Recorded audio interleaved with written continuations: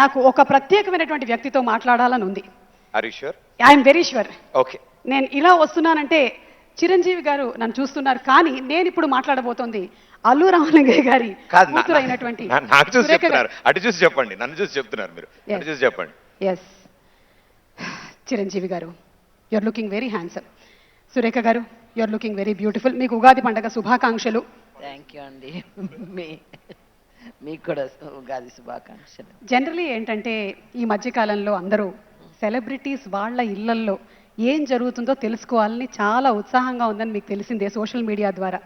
మరి ఈరోజు మీ ఇంట్లో వంటల్లోని ఒక 2 రకాలు చెప్తే మా ఆడవాళ్ళందరం సంతోషిస్తాం. అంతకన్నా ఏం అక్కర్లేదు. పులిహోర చేశారా లేదా? చేశామండి. అదేంటి, అదేం ప్రశ్న? గ్యారంటీ చేస్తారు అంటే పండగ అంటేనే పులిహోర అంటావు. ఇప్పుడు మేడం ఇంట్లో ఏమేమి వండారు ఏంటి అనేదే కదా. ఎస్, కాదు సార్ ఏమో మూవీ దాంట్లో సార్ అది చాలా ఫేమస్ సార్, చిరు లీక్స్ అని చాలా ఫేమస్ గా ఉంటుంది. మీరు సినిమా గురించి ఏమేమి చెప్పినా చిరు లీక్స్ కింద బయటకు వస్తుంది. అలా ఇప్పుడు మేడం ఇప్పుడు కిచెన్ లీక్స్ అడుగుతారు, మీరు కిచెన్ లో ఏం చేశారు ఇవాళ వంటలు? మీరు చేసేటువంటి వంటల్లో చిరంజీవి గారికి ఇష్టమైనటువంటి వంట నేను చేస్తే కదా ఆయన.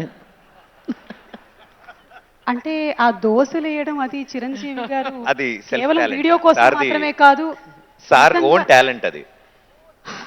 దోశల డిపార్ట్మెంట్ మాత్రం సార్దే. దోశలు ఆయనే నేర్పించారమ్మా.